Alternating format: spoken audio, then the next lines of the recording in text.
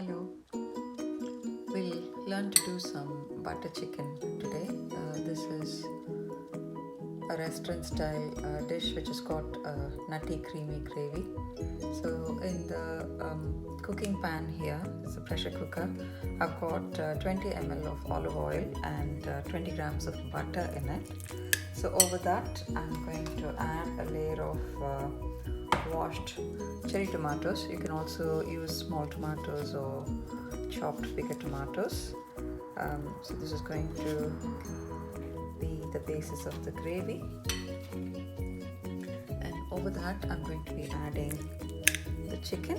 So I've got about 250 grams of chicken in here, which is marinated with salt, turmeric powder and a little bit of chili and coriander powder together. So just to extend this further, I'm going to be adding some potatoes. So I'm cut into smaller chunks because it will be a similar cooking time.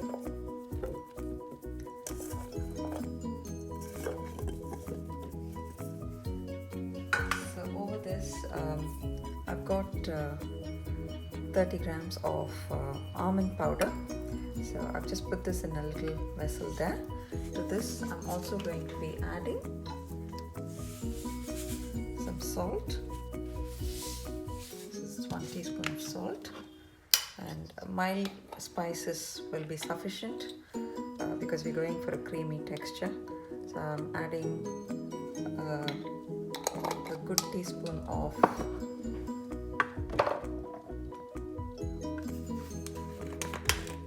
jeera powder or cumin powder and garam masala.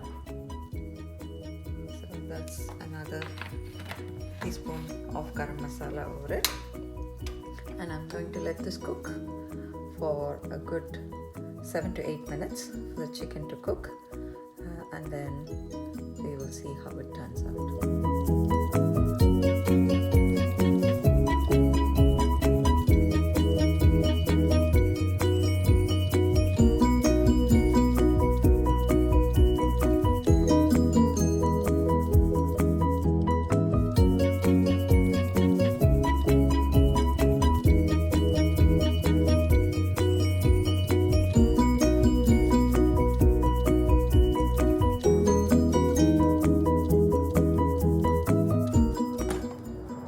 So it's had an 8-minute cooking time, and the pressure is settled now. So I'm just going to see what's happening.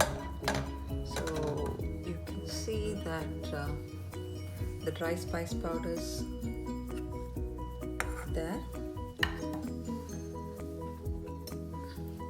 The potato is well cooked. So I'm just going to collect the potatoes separately.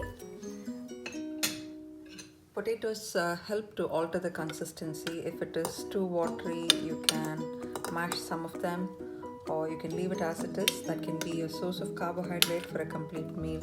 You don't need rice or bread. So when it's a small amount of protein, then you can stretch the meal with use of potatoes. And of course, if you're not using it for this meal, you can always use it as part of another meal too. So after removing the potatoes, I'm going to check that the chicken's cooked fully.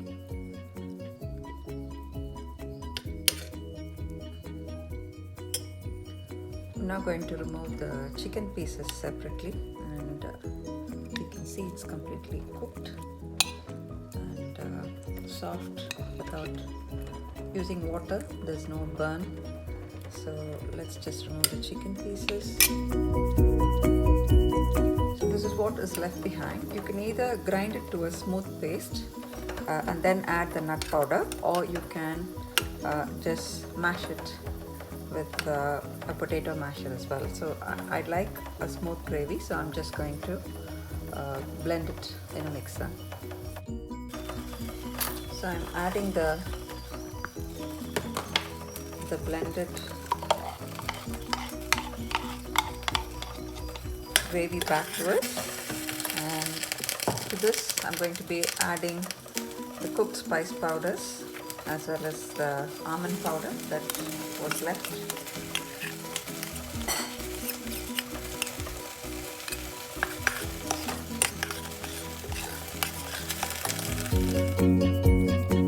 So I've added the chicken back to the blended gravy now. You can choose to stop it here or add potatoes if you wish. I'm going to add them to stretch out this dish a little bit further, and you can just warm it through when you're ready to serve. So it forms a complete meal in itself and doesn't need much more to it. There you go. So that's butter chicken and potato together, which can be done separately on its own as well. Thank you.